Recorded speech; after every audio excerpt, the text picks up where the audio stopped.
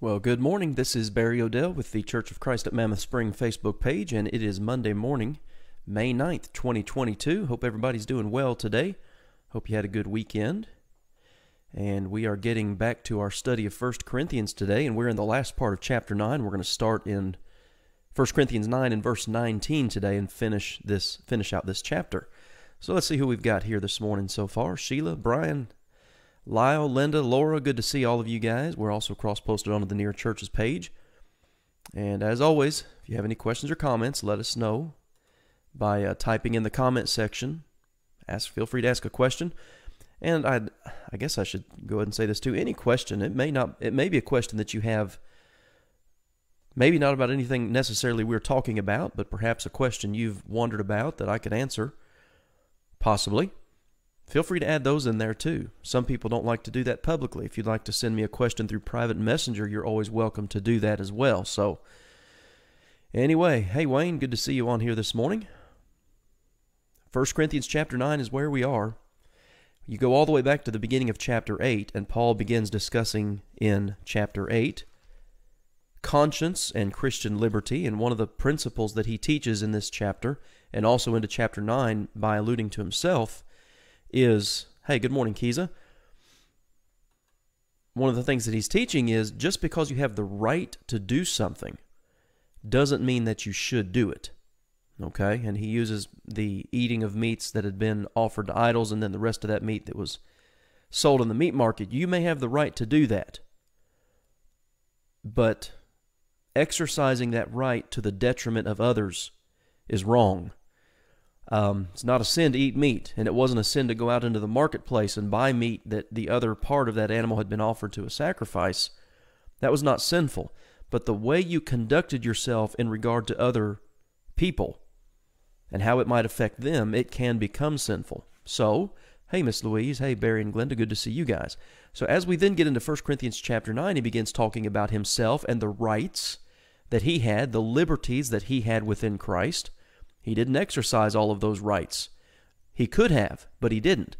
And one that he particularly talks about here in 1 Corinthians 9, hey Billy, over on the Near Churches page, the right that he talks about in regard to himself in 1 Corinthians chapter 9 is, or was, his right as a gospel preacher to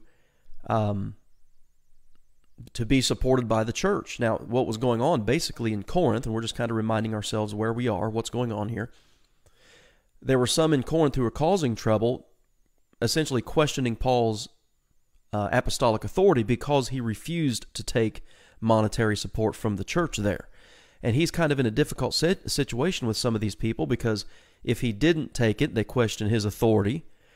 If he had taken the monetary support, they would then question his motivation as to why he did that.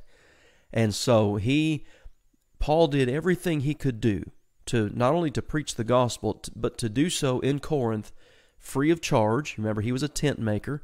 You get to Acts chapter 18. He found Aquila and Priscilla. They were of the same trade. They were tent makers. He provided for himself so that people couldn't say he was taking advantage of the church. But here's the thing. One of the things that I learned from Paul is that there are always going to be people that you cannot please. There are always going to be people who are willing to criticize you.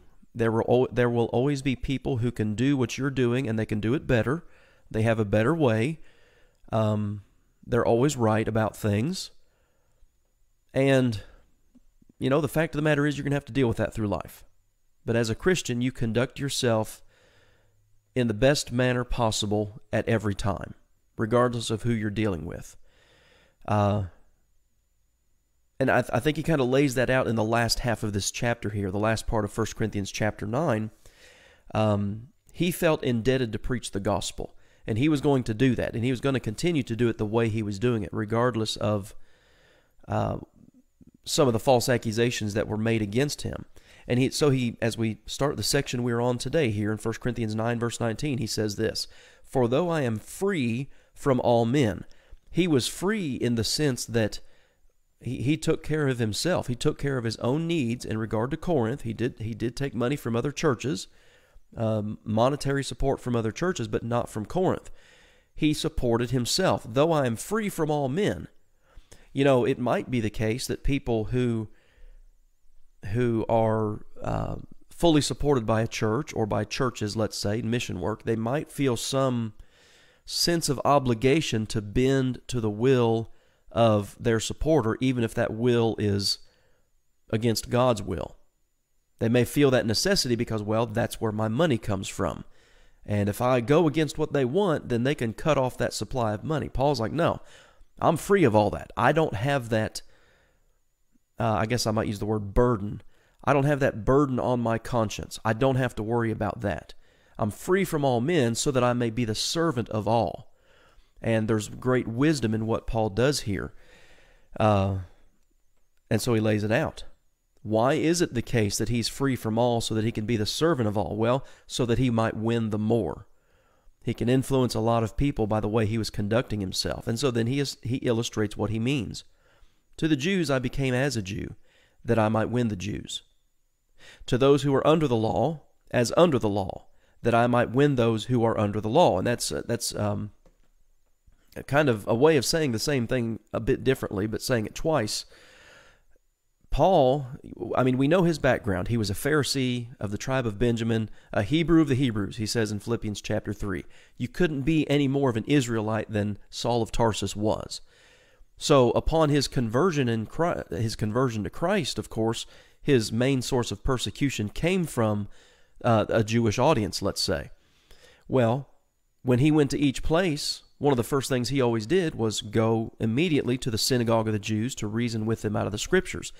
And coming from that background, coming from that Jewish background, he knew the customs. Of course, he knew the law.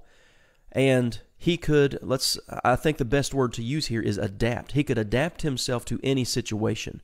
But you remember his ultimate goal is, stated there at the end of verse 19, that I might win the more.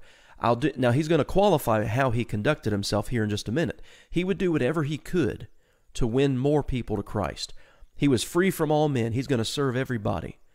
But his goal is to win all people to Christ. So he was familiar with the Jewish customs. He was familiar with the Jewish law. And so he could adapt himself to their customs and be an influence to them and win them to Christ. To those who are without law, as without law, that would be a reference to the Gentiles. He could adapt to their customs, to their style of life, manner of life. But he makes this qualification here, and this is important, because there are people who will make, and I actually was talking to a preacher one time, and we were talking about evangelism and the best ways to reach people. And one of the things he said to me in that conversation was, well, I'm not afraid to go into a bar and have a beer with the guy I'm trying to study the Bible with. I'll drink with him. And you could imagine well, you should have a problem with that. I'll just say it that way. You don't act like the world to win the world. And so Paul qualifies what he means by, I became as a Jew to the Jews and as a Gentile to the Gentiles. He says this, not being without law toward God, but under law toward Christ. So he, in his conduct, in being able to adapt to these various situations that he would find himself in, he always understood that he was under law to Jesus Christ. He was under the gospel. And so he wouldn't violate the principles of the gospel for the purpose of winning people to Christ. Some people are willing to do that. They're willing to violate the principles of the gospel in a so-called effort to win more people to Christ. And that's not how it works. You don't win the world by being like the world. It's not how it works. David asks a question, have you ever seen a preacher compromise truth because he gets paid by his congregation and doesn't want to offend certain individuals? I have known instances where preachers will not preach on certain subjects, and typically the subject is divorce and remarriage, because they know they'll lose their job. And so, their job is worth more than the truth to them. And having seen that, that's probably the most common occurrence, David, that I've seen. Just trying to think to myself quickly here. So yes, and here's the thing. Yeah, you'll still keep getting your paycheck, but you're going to get another paycheck one day too. You're going to pay for that, compromising the truth because you don't want to lose your job.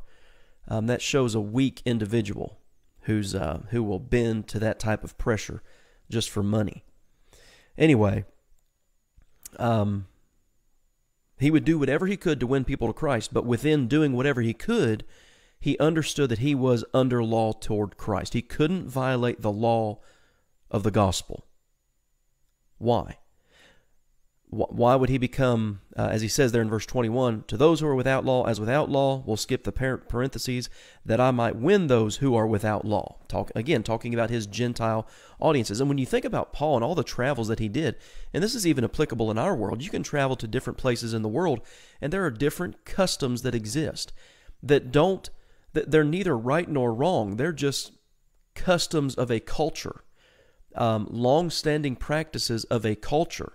And yet, let's say you go there, let's say you're traveling there to spread the gospel.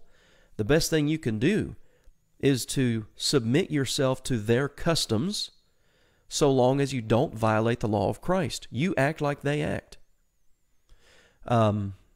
Just thinking to myself, I've been to South America and several islands in the Pacific, and they somewhat have different customs and very simple things. What you wear, how you enter someone's house. Do you take your shoes off when you go into someone's house because they don't have furniture? You sit on the floor, or you sit on mats that they've made out of banana leaves and things like this. And those are very simple illustrations of what we're talking about here, but that's the idea. There are customs that exist in every culture that you can submit yourself to without violating the law of Christ. And that's exactly what Paul did to those who were under the law and those who were not under the law. To the weak, he says, I became as weak. Now, I think verse 22 refers back to what we read in verse 8, because remember, we read about the man who had the weak conscience. He couldn't eat the meat that had been offered to idols because he felt that if he did that, he'd be worshiping that idol. And Paul calls that brother, he says that brother has a weak conscience. And so Paul would acknowledge their weak conscience, but he would behave like they behaved. And that's what he said there at the end of chapter 8 in verse 13. If food makes my brother to stumble, I will never eat meat lest I make my brother stumble. If I'm with that weak brother, I'll act like he acts. I'm not going to exercise my right just because I can exercise my right. I'm trying to win people to Christ, and so I'll do whatever I can to accomplish that goal. So to the weak I became as weak, that I might win the weak. I have become all things to all men, that by all means I might save some. Now this I do for the gospel's sake. He didn't do it for himself. He didn't do it for his own glory or his own, his own promotion of rank within the church. He wasn't concerned about that. He wanted to save people's souls. And so I think a good way to phrase it, maybe, that I've heard it phrased before, is he met people where they were. And that's what you and I need to do. And I think sometimes we look at people in the world, we look at their actions, we listen to their words, and we become judgmental in the sense of, we'll say something like, I can't believe they would do that, or I can't believe they would say that. Well, have you ever stopped to think, maybe they've never been taught any different? Maybe they don't know any better? And so we meet people where they are. I'll just give you, for instance, it may be the case, and I've found myself in this situation on many occasions over the years, where someone comes into to the worship services, never having been there before. You get their address, you go to their home, and you sit down and study with them. They may have questions, okay? Answer their questions. It's not your job as a Christian, it's not my job as a preacher, to go into this non-Christian home. And let's say I walk into their house, never been there before, don't know this person from Adam, as we say. And they're smoking, maybe they've got a beer in their hand. It's not my job to go into their house and say, you need to put that beer down and quit smoking. You're going to die and go to hell. Well, if they're outside of Christ, they're already lost. They don't need me to come into their house and do that. They need to be made a disciple. They need to be taught the truth first. We can move on to those other things, certainly, and need to. But it's not my job to go in there and enforce my will before they even know who I am. You know, that old saying comes to mind, people don't know, People don't care how much you know until they know how much you care. There's something to that. And I think we see that with Paul. He could adapt himself to these situations, and his whole goal was to win more people to Christ. So he met them where they were. This I do, verse 23, for the gospel's sake, that I may be partaker of it with you. We are all working in this together. So let's not set ourselves in opposition to one another. All right? And then he says this, in verses 24 through 27, he really makes it personal about himself. Do you know, or rather, do you not know, that those who run in a race all run, but one receives the prize? Well, that was, everybody got that. Corinth even had their own games. They understood what it meant to run, as we say today, run track. Whether it's long distance or sprints or whatever the case may be, one person's going to win. And you have to run. There's a verse that goes along with this that I like. I'll turn over real quick. 2 Timothy chapter 2 and verse 5. It says, also, if anyone competes in athletics, he is not crowned unless he competes according to the rules. Okay, so that's what we're dealing with here.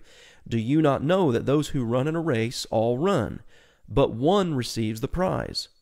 Run in such a way that you may obtain it. The Christian is in a race against himself. I'm not in competition with anybody else in the church. I'm not in competition with other preachers. I'm not in competition with my elders here at this local congregation or deacons. We're all on the same team, and we're all running the same race. And if we all run, as Paul told Timothy in 2 Timothy 2:5, according to the rules, we can all win the prize. And that's what we should be doing. Too many people have turned it into a competition. All right? Run so that you can obtain the prize. And then he pulls another aspect of sports. Everyone who competes for the prize is temperate in all things. Okay, self-disciplined, self-controlled. Well, that same principle applies to Christianity. Discipline, self-control, things like this. They do it, okay, these athletes in the world, they do it to obtain a perishable crown, but we for an imperishable crown. Therefore, I run thus. In other words, that's why I conduct myself the way I conduct myself, because I'm seeking an imperishable crown. Thus I fight. So here's another athletic illustration, boxing. Not as one who beats the air. Okay, you think of, you see fighters shadow boxing. Okay, they're not hitting a bag, they're not hitting anything. And a lot of times they'll have their eyes closed. They're shadow boxing. They're visualizing their maneuvers. They're not necessarily concerned about what their opponent's going to do. They know what they're going to do, and that's actually a pretty valuable practice for, in case you ever want to fight. I've been there. Visualization is a good thing, but when you're running the Christian race, you don't run with your eyes closed, and when you're in the Christian fight, your eyes aren't closed. You're not just out there swinging away. You have a purpose behind everything you're doing, and you're under control, and you're self-disciplined, and you're living your life accordingly. So thus I fight, not as one who beats the air, but I discipline my body and bring it under control or under subjection. So I see a comment's popped up here. Laura says, amen. You have to work with the person to show them the way to go. Yes. You know, Jesus, who did Jesus eat with, and who hated it? Well, he ate with the publicans and sinners, and the religious people hated it. If he knew what kind of people they were, he wouldn't be with them. Well, that's when Jesus would say something like, I haven't come to call the righteous to repentance, but sinners. He came to seek and to save the lost. And so you have to be with those people if you're going to influence them. Now, you don't become like those people, but you have to be with them, and you have to be willing to set an example and teach them. And he says then here, I control myself. I don't act like the world acts. I can adapt to any situation. But I control my body. And notice this, lest when I have preached to others, I myself should become disqualified. I think the King James said should become a castaway.